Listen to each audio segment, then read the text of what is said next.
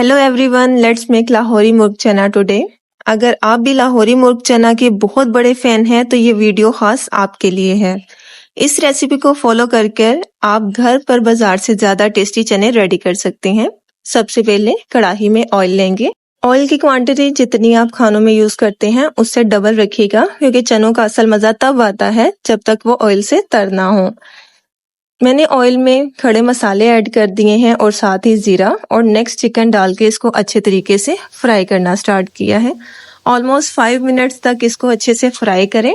Then हम जो है कुटा हुआ प्याज, यहाँ मैंने प्याज को ग्राइंड करके उस तरह से ऐड किया है। आप चाहें तो कुटा हुआ प्याज भी ऐड कर सकते हैं और ग्राइंडेड फॉर्म में भी ऐड कर सकते हैं। इसको भी अच्छे तरीके से 5 मिनट्स तक फ्राई करेंगे। चिकन और प्याज को हल्का गोल्डन होने तक फ्राई करेंगे। नेक्स्ट हम ऐड करेंगे लहसुन और अदरक का पेस्ट। इसको भी ऑलमोस्ट 5 मिनट्स तक फ्राई करना है आपको।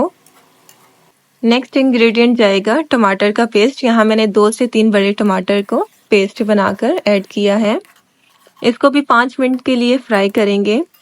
नेक्स्ट हमारे स्पाइसेस ऐड होंगे, नमक, मिर्च, काली मिर्च, गरम मसाला पाउडर, सूखा धनिया पाउडर। यहाँ मैंने जो है लाल मिर्च पाउडर का यूज़ नहीं किया, वो हम इसमें ऐड नहीं करेंगे।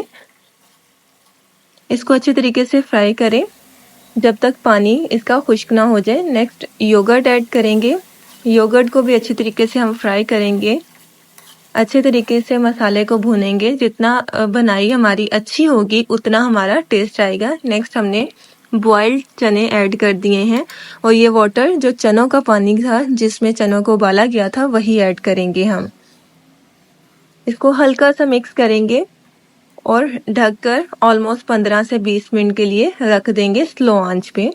इस रेसिपी को आप एक बार ट्राई करके देखें। आई गारंटेड आप बाजार वाले और महंगे रेस्टोरेंट से मिलने वाले चनों को भूल जाएंगे।